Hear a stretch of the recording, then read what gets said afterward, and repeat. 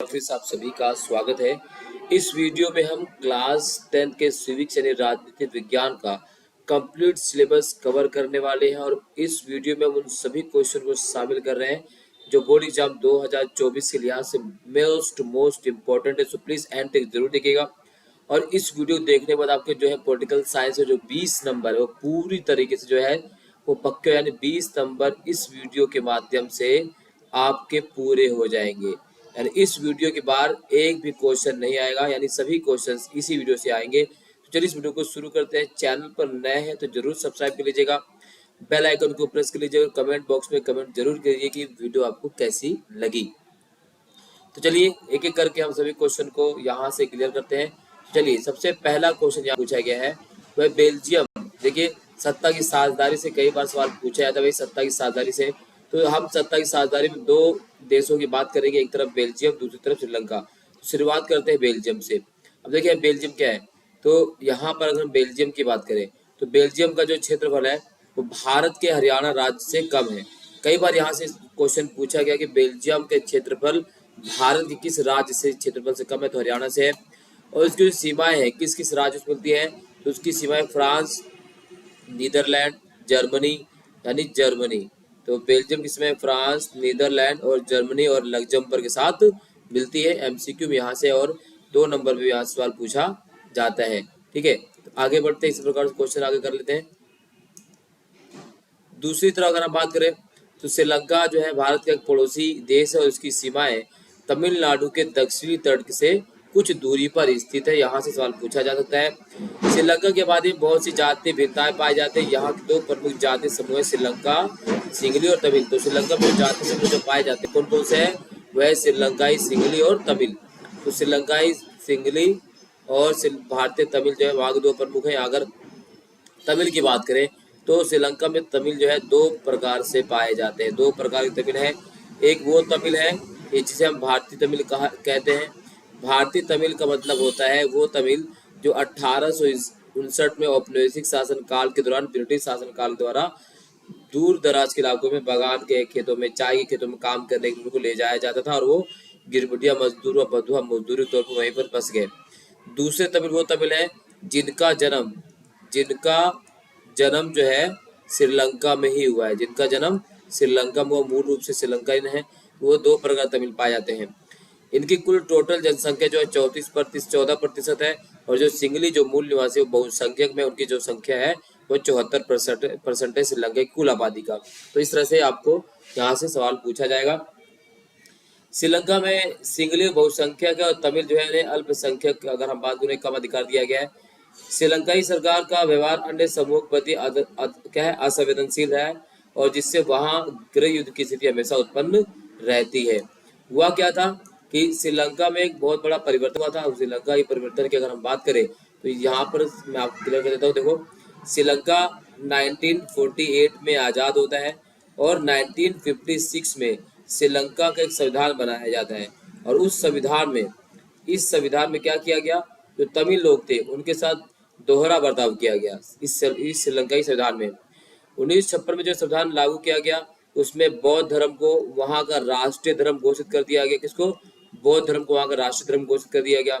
Singly को वहां का राष्ट्रीय भाषा नियुक्त कर दिया गया। सिंगलियों को जो है आरक्षण दिया गया सरकारी नौकरी में, जबकि जो तमिल लोग थे, तमिल भाषा भाषी लोग थे, उनको दरकिनार कर दिया गया। उन्हें 2ym दर्जे के नागरिक जैसा उनके साथ व्यवहार किया, यानी तमाम प्रकार की असमानता उनके साथ की गई। तो 1956 का जो संविधान था उसने श्रीलंका में जो है बहुसंख्यकवाद की स्थापना कर दी और तमिलों को दरकिनार कर दिया और उसी वजह से तमिल जो लोग वहां पर गुस्से में थे और इसी वजह से श्रीलंका में एक युद्ध शुरू हो जाता है जिसे हम कहते हैं गृह युद्ध के नाम से। क्योंकि जो तमिल लोग थे वो एक अलग राज्य की मांग करते हैं जिसका नाम था तमिल इलम। वो अलग राज्य की मांग करते हैं तमिल इलम और एक संगठन उनके द्वारा बनाया गया था जिसका नाम था LTTE लिट्टे। तो लिट्टे मतलब वह लिबरेशन टाइगर्स ऑफ तमिल इलम। तो यहाँ से सवाल पूछा जाता है, ये भी आपको क्लियर होना चाहिए। बेल्जियम की बात करें तो बेल्जियम देश की जो जाति बनावट है बहुत पेचीदा है। यहाँ सबसे ज्यादा डच, फ्रेंच और जर्मन भाषा लोग रहते हैं। डच बोलने वालों की संख्या 59% है। इसके बाद फ्रेंच भाषा बोलने वालों की संख्या, फिर जर्मन 1% वहाँ पर भाषा बोली जाती है। सही, कई बार यहाँ से सवाल पूछा गया है तो संख्या के हिसाब से जो है क्वेश्चन पूछा जाता है। तो मोस्ट इम्पोर्टेंट टॉपिक है। आगे बढ़ते हैं। ठीक है, आप अभी तक अगर अपने पॉलिटिकल साइंस में कुछ भी नहीं किया है तो बस आप ये कवर कर लेंगे तो आप पूरा पॉलिटिकल साइंस का 20 नंबर अपने हाथ में ले लेंगे, एक भी नंबर यहाँ से नहीं कटेगा आप सभी का। बेल्जियम की सरकार ने अपने यहाँ सभी समूहों को बराबरी का मौका दिया, जबकि देखो हमने श्रीलंका में देखा कि श्रीलंका में किस प्रकार वहां की सरकार ने क्या किया।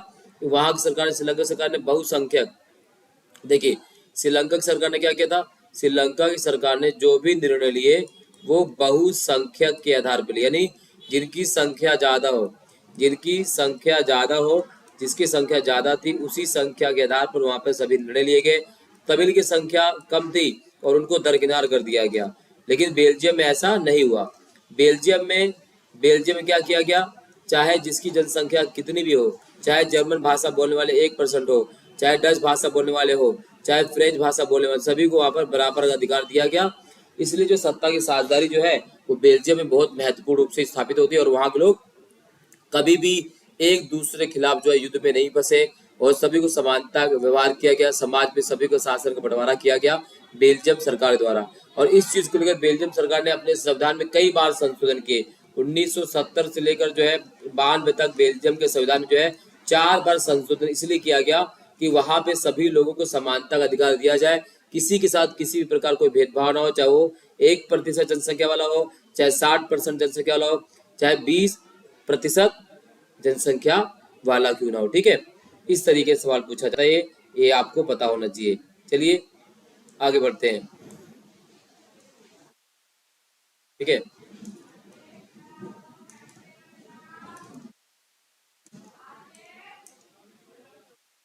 ठीक है, अब ये हो गया। अब यहाँ आगे आगे आते हैं। चलिए क्लियर।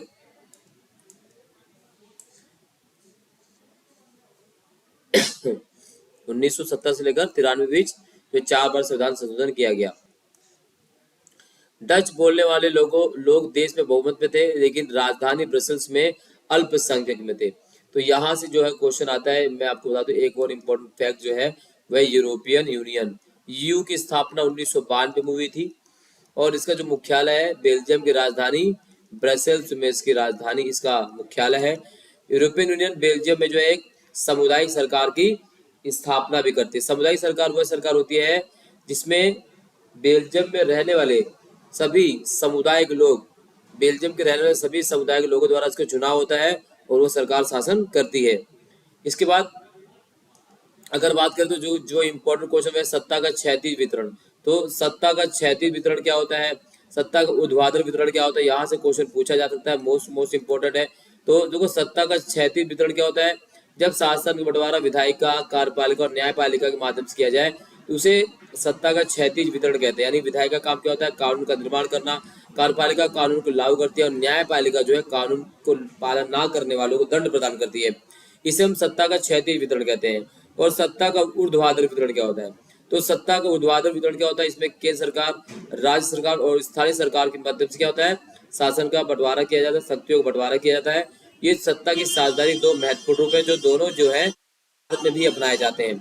तो सत्ता का क्षैतिज वितरण क्या होता है, सत्ता का ऊर्ध्वाधर वितरण क्या होता है, यहाँ से सवाल पूछेगा, मोस्ट इंपोर्टेंट, इसको आपको कवर करके चलना है। ठीक है, चलिए आगे बढ़ते हैं, अगला टॉपिक कवर करते हैं। क्या होता है जब एक राज्य में, एक राज्य के अंदर विभिन्न जाति समुदाय के लोग आपस में जो है लड़ते हैं और वो विद्रोह जो है जिसमें हिंसक धारण कर लेती है उसे हम गृहयुद्ध के नाम जानते हैं। बहुसंख्यावाद के मतलब, बहुसंख्यावाद संख्या यानी जिसकी जनसंख्या अधिक होती है उसके आधार पर जो निर्णय लिए जाते हैं, उसके आधार पर जो फैसला लिया जाता है उसे हम बहुसंख्यावाद के नाम जानते हैं। उदाहरण के लिए श्रीलंका, श्रीलंकाई तमिल और भारतीय तमिल कौन है, यहाँ सवाल पूछा जाता है। श्रीलंकाई तमिल और भारतीय तमिल की अगर हम बात करें तो श्रीलंकाई तमिल कौन है, श्रीलंकाई तमिल वो उन्हें कहा जाता है जिनका जन्म श्रीलंका में ही हुआ हो, जिनका जन्म क्या हुआ हो, श्रीलंका में ही उनका जन्म हुआ, उसे श्रीलंकाई तमिल के नाम से जाना जाता है। भारतीय तमिल वो लोग होते हैं जिनका जन्म जो है कहाँ हुआ हो, जो भारतीय हो, यानी उन्हें 1859 में इंग्लैंड यानी औपनिवेशिक शासन काल के द्वारा भारत से बाहर मीडिया मजदूर के तौर पर, बधुआ मजदूरी के तौर पर लेकर भारत से बाहर ले जाया गया था। तो ये थे भारतीय तमिल और जिनका जन्म श्रीलंका में, उन्हें श्रीलंकाई तमिल कहा जाता है।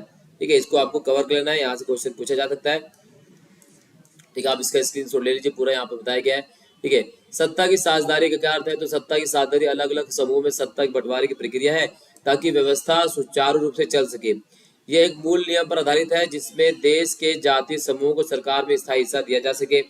सामुदायिक सरकार के क्या अर्थ होता है? तो यहाँ से क्वेश्चन पूछा जा सकता है, इसको आप लिख लीजिएगा। बेल्जियम में कौन से भाषा समूह के लोग रहते हैं? तो बेल्जियम में फ्लेमिश बोलने वाले 59%, फ्रेंच बोलने वाले फ्लेमिश और डच बोलने वाले 59%, फ्रेंच बोलने वाले 40% और जर्मन भाषा बोलने वाले 1% रहते हैं। यूरोपीय संघ से क्वेश्चन पूछ सकता है भाई, यूरोपीय संघ का मुख्यालय कहाँ पर है? ब्रसेल्स में। इसकी स्थापना 1992 में की, जो हमने आपको क्लियर कर दिया। सत्ता की साझेदारी क्यों आवश्यक है? कोई 5 कारण बताइए, ये आपको कवर करना है, यहाँ से देख लीजिए, आप इसका स्क्रीनशॉट ले लीजिए, मोस्ट इंपोर्टेंट है। 5 नंबर में आपसे क्वेश्चन पूछा जा सकता है। श्रीलंका को स्वतंत्रता कब प्राप्त हुई? तो श्रीलंका को स्वतंत्रता प्राप्त होती है फरवरी 1948 में, जो है ध्यान रखिएगा, इंपॉर्टेंट है। श्रीलंका को स्वतंत्रता कब प्राप्त हुई? तो श्रीलंका को स्वतंत्रता प्राप्त हुई फरवरी 1948 में। उसके बाद श्रीलंका का प्राचीन नाम आपसे पूछ सकता है, भाई श्रीलंका का प्राचीन नाम क्या है? तो श्रीलंका का जो प्राचीन नाम है वो है सिलोन। क्या है? सिलोन, ये पूछेगा आपसे। वर्तमान में श्रीलंका को किस नाम जानते हैं? श्रीलंका का नाम जानते हैं। श्रीलंका का नाम श्रीलंका कब पड़ा? तो 1972 में श्रीलंका का नाम श्रीलंका रखा गया। 1956 में इसका नाम लंका रख दिया गया था, तो ये भी आपको पता होना चाहिए। ठीक है, बेल्जियम कब स्वतंत्र घोषित किया गया? अगला सवाल है, बेल्जियम कब स्वतंत्र घोषित किया गया?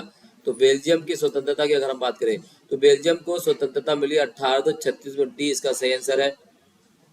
ठीक है, सिंहली भाषा को कब श्रीलंका की राजभाषा बनाया गया? तो सिंहली भाषा को श्रीलंका की राजभाषा 1956 में जो संविधान लागू किया गया तब बनाया गया। बेल्जियम में कितने लोग डच भाषा का प्रयोग करते हैं? तो बेल्जियम में जो है 59% लोग जो है डच भाषा का प्रयोग करते हैं। ठीक है, ये हो गया। संघवाद क्या है? अगला चैप्टर से जो क्वेश्चन, संघवाद, तो संघवाद का मतलब होता है दो या किसी भी देश में जब दो या दो से अधिक स्तर वाली सरकार होती है उसे हम संघवाद के नाम से जानते हैं। संघवाद की उत्पत्ति की जो उत्पत्ति वो लैटिन भाषा शब्द कहाँ से हुई? फोएट से हुई, जिसका अर्थ होता है समझौता या अनुबंध। ये इंपॉर्टेंट है, संघवाद के शब्द से क्वेश्चन पूछा जा सकता है। भारत में संघवाद किस देश से अपनाया गया? तो हमारे देश में संघवाद अपने अपनाया कनाडा से अपनाया है। ठीक है, दुनिया का सबसे बड़ा संघवाद देश भी है। संघवाद क्या है? एक ऐसी व्यवस्था जिसमें दो प्रकार की सरकार होती है और पहले प्रकार की सरकार केंद्र सरकार होती है जिसके पास अधिक शक्तियां होती हैं। यहाँ सवाल पूछा जा सकता है। संघवाद भी दो प्रकार का होता है, तो इस संघवाद कितने प्रकार का होता है? 2 प्रकार। वो कौन कौन से प्रकार हैं? एक है जिसे हम साथ आकर क्या कहते हैं, इसे कहा जाता है साथ आकर संघ बनाना, यानी कमिंग टुगेदर फेडरेशन, जिसमें केंद्र और राज्य दोनों के पास समान शक्तियां होती हैं। केंद्र और राज्य दोनों के पास समान शक्तियां होती है, उसे हम कमिंग टुगेदर फेडरेशन कहते हैं। एग्जाम्पल के लिए अमेरिका और कनाडा, क्योंकि अमेरिका और कनाडा में केंद्र और राज्य दोनों बराबर मजबूत होते हैं, दोनों शक्तियां समान अलग अलग होती हैं। ठीक है, दूसरा है संघवाद का दूसरा प्रकार जिसे साथ लेकर कहते हैं, यानी होल्डिंग टुगेदर, जिसमें केंद्र सरकार ज्यादा शक्तिशाली होती है। उदाहरण के लिए भारत। ठीक है, भारत में केंद्र सरकार जो है ज्यादा शक्तिशाली, भारत में संघवाद को भी अपनाया गया। इस तरह से जो है क्वेश्चन पूछा जाएगा आप सभी लोग के। तो कमिंग टुगेदर क्या है, होल्डिंग टुगेदर क्या है, ये आपसे आपको पता होना चाहिए। यहाँ से क्वेश्चन पूछेगा, इंपॉर्टेंट है ये। संघ सूची, राज्य सूची और समर्थी सूची से क्वेश्चन 100% पूछेगा। मोस्ट इंपॉर्टेंट है तीनों, मोस्ट इंपॉर्टेंट है, याद रखिएगा। संघ सूची, राज्य सूची, समर्थी सूची में कौन कौन से विषय शामिल होते हैं? तो संघ सूची में जो है कानून बनाने का अधिकार जो है तो केंद्र सरकार को है। इसमें 100 विषय शामिल है। पहले इसमें 97 विषय शामिल थे, अब कितने 100 हैं? इसमें कौन कौन से विषय आते हैं? रक्षा, रेलवे, पोस्ट, टेलीग्राफ, आयकर, कस्टम ड्यूटी, ये सब क्या है? केंद्रीय सूची विषय है। राज्य सूची वह होती है जिसमें कानून बनाने का अधिकार राज्य सरकार के पास होता है। इसमें वर्तमान में 61 विषय है। कौन कौन से हैं? तो इसमें कौन कौन से विषय आते हैं? जैसे व्यापार, पुलिस, मत्स्य पालन, वन, स्थानीय सरकारें, थिएटर उद्योग, ये सब क्या है? राज्य सूची के विषय। इसी प्रकार का जो है समर्थी सूची में 52 विषय शामिल है। इसमें केंद्र और राज्य दोनों कानून बना सकती है। स्टाम्प ड्यूटी, ड्रग्स, जहर, बिजली, समाचार पत्र, आपराधिक कानून, श्रम कल्याण, ये सब क्या है? ये समर्थी सूची के विषय है। ये इंपॉर्टेंट है, मोस्ट इंपॉर्टेंट। ठीक है, चलिए आगे बढ़ते हैं।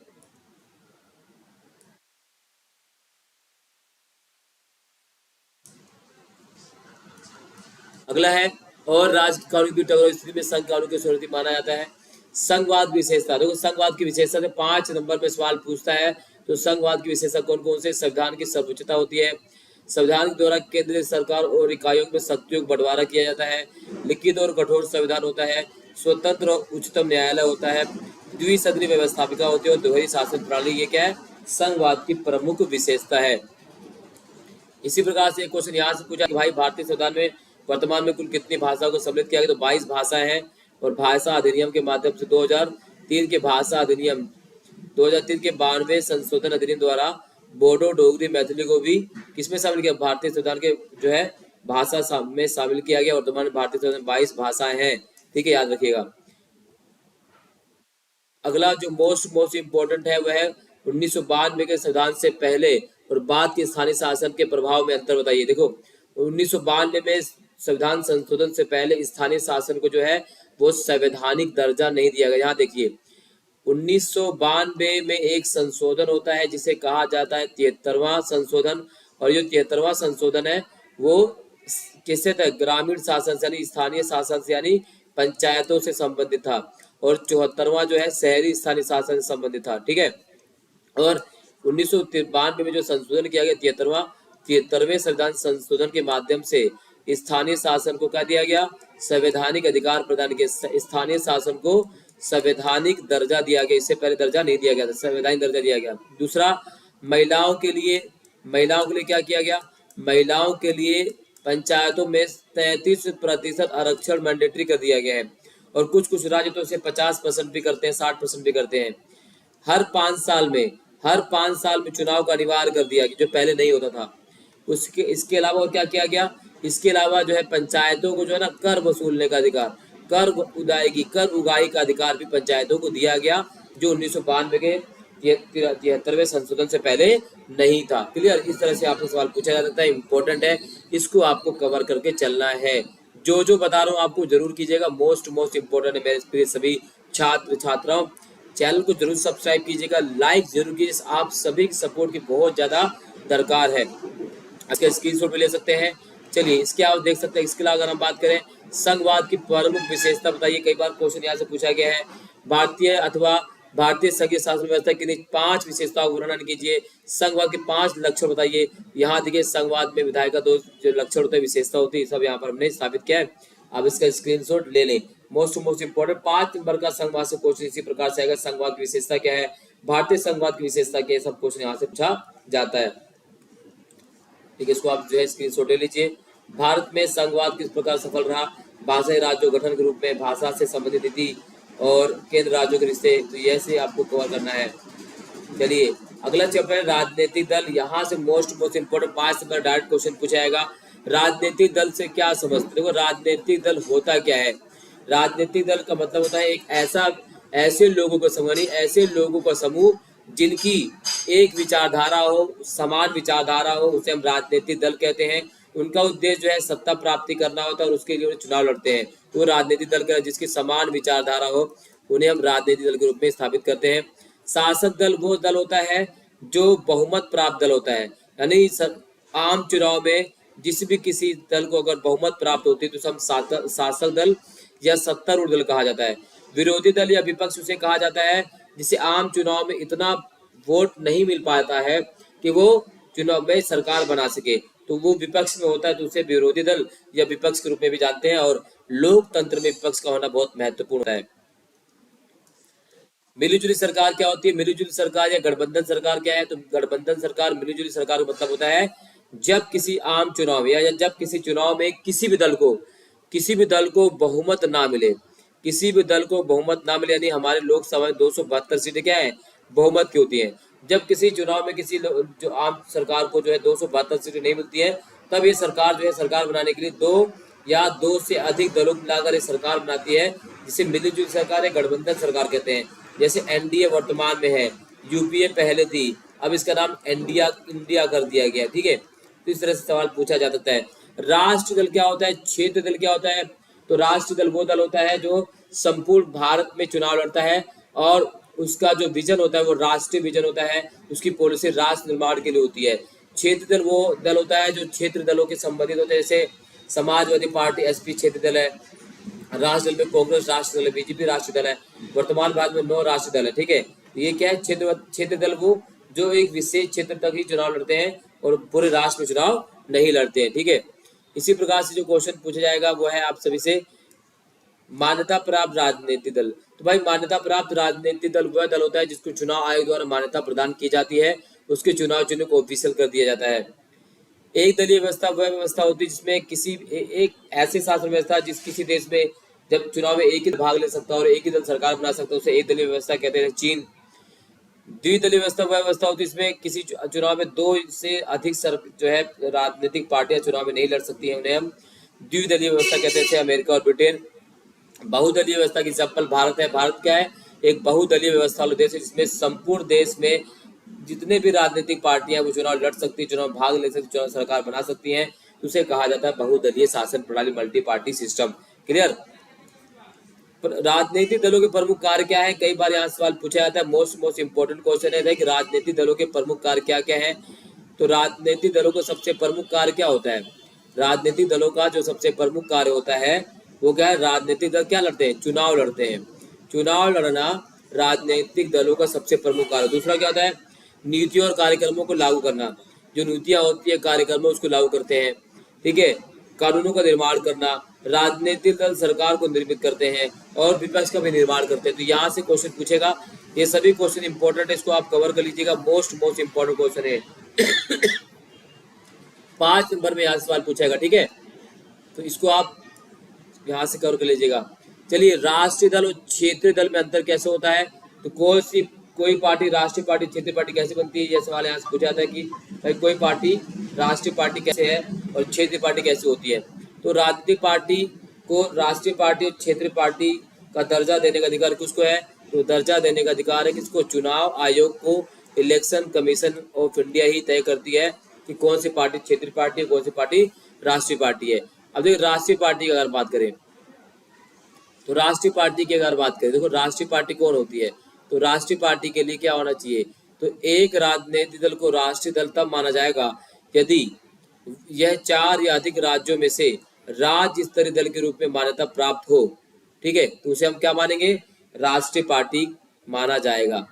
दूसरा है, यहाँ आप देख सकते हैं, लोकसभा या राज्यों विधानसभाओं में 4 अलग अलग राज्यों में कुल वैध मतों का 6% को प्राप्त होना चाहिए और इसके अतिरिक्त 4 लोकसभा सीटों पर जीत दर्ज करे यदि उसको कम से कम 3 राज्यों की लोकसभा सीटों में 2% सीटें जीती हो, उसे हम राष्ट्रीय दल कहेंगे या उसे चुनाव आयोग जो है राष्ट्रीय दल का दर्जा प्रदान करेगा।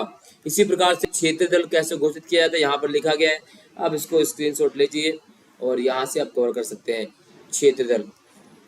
ठीक है, अब जो क्वेश्चन पूछता है जहां से इंपॉर्टेंट क्वेश्चन आते हैं वो आपका है अगला जो है लोकतंत्र के परिणाम। लोकतंत्र के परिणाम से बहुत क्वेश्चन पूछा जाता है। लोकतंत्र के परिणाम से बहुत ज्यादा क्वेश्चन पूछा गया है। इसके अलावा कुछ और फैक्ट है जहां से क्वेश्चन पूछा जा सकता है, जैसे आम चुनाव क्या होता है, आम चुनाव क्या होता है, मध्य अवधि चुनाव क्या होता है। ठीक है, तो आम चुनाव वो चुनाव जो प्रत्येक 5 साल में जिसका आयोजन किया जाता है, प्रत्येक 5 वर्ष में, उसे आम चुनाव कहते हैं। मध्य अवधि चुनाव होता है, मध्य अवधि चुनाव वह चुनाव होता है जब सरकार 5 साल से पहले गिर जाती है, उसे मध्य अवधि चुनाव कहते हैं। और उपचुनाव वो होता है, मान लेते हैं जब किसी चुनाव क्षेत्र में किसी राजनीतिक दल के कार्यकर्ता की अगर अचानक से मृत्यु हो जाए या उसकी सीट खाली हो जाए या उसका पद तबादला कर दिया जाए तो उसके बाद जो उसका चुनाव करवाया जाएगा उसे कहते हैं उपचुनाव। ठीक है, तो ये भी मैंने आपको बता दिया है। अगला जो टॉपिक हम कवर करने वाले हैं, जो इम्पोर्टेंट क्वेश्चन पूछा जाता है, वो है आपका लोकतंत्र के परिणाम। लोकतंत्र के परिणाम, लोकतंत्र के परिणाम। ठीक है, यहाँ से 5 नंबर का क्वेश्चन आता है, तो इसको आप नोट डाउन कर लीजिएगा। सबसे पहला क्वेश्चन पूछता भाई कि लोकतंत्र किस प्रकार उत्तरदायी, लोकतंत्र किस प्रकार उत्तरदायी जिम्मेवार और वैध सरकार की स्थापना करता है। मोस्ट इंपोर्टेंट क्वेश्चन है, 5 नंबर में पूछा जाता है कि लोकतंत्र किस प्रकार से वैध, उत्तरदायी और जिम्मेदार सरकार की स्थापना करता है। इसके अलावा जो क्वेश्चन पूछता है वो लोकतंत्र जो है सामाजिक विविधता को किस प्रकार समायोजित करता है। लोकतंत्र जो है सामाजिक विविधता को किस प्रकार समायोजित करता है। विविधता को किस प्रकार जो है समायोजित करता है, ये क्वेश्चन पूछता है। ये भी 5 नंबर पूछा जा सकता है। ठीक है, तो ये अभी आपको कवर करना है, बहुत बार इस क्वेश्चन को पूछा गया है। इसके अलावा अगर हम बात करें जो क्वेश्चन जो है इस चैप्टर से पूछा जाता है वो है भाई तानाशाही से लोकतंत्र बेहतर कैसे है, लोकतंत्र का अर्थ स्पष्ट कीजिए। ठीक है, इसके अलावा भारत में लोकतंत्र के सफलतापूर्वक कार्य करने के लिए कौन सी आवश्यक शर्तें हैं, ये क्वेश्चन पूछता है। और लोकतंत्र क्या है, इसकी विशेषता क्या है। तो लोकतंत्र विशेषता क्या होती है, पहला जनता का शासन, दूसरा समानता का सिद्धांत, तीसरा बहुमत का शासन और चौथा है स्वतंत्रता। इसके बाद जो चैप्टर आता है वो आपका आता है धर्म, लिंग और जाति लैंगिक मसले। तो यहाँ से नारीवाद से क्वेश्चन आता है। नारीवाद से आप क्या समझते हैं, भारतीय समाज में नागरिकों की प्रमुखता को आगे बढ़ाने के लिए कौन कौन से कार्य किए गए हैं, महिलाओं की सुरक्षा प्रदान के लिए कौन कौन से नियम बनाए गए हैं। ये है नारीवाद वाले चैप्टर से, यानी धर्म लैंगिक मसले से। तो इस वीडियो में हमने जो भी क्वेश्चन इंपॉर्टेंट है उन सभी को हमने कवर कर रखा है और कवर कर दिया। आई होप वीडियो आपको पसंद आए लाइक शेयर कमेंट जरूर कीजिएगा। ये बोर्ड एग्जाम में जरूर करके चाहिए, क्योंकि इससे बाहर क्वेश्चन नहीं आएगा, लिख कर लीजिए। तो अभी लेते हैं इस वीडियो में आप सभी से विदा, मिलते हैं एक नेक्स्ट और इम्पोर्टेंट वीडियो के साथ। तब तक जय हिंद, धन्यवाद।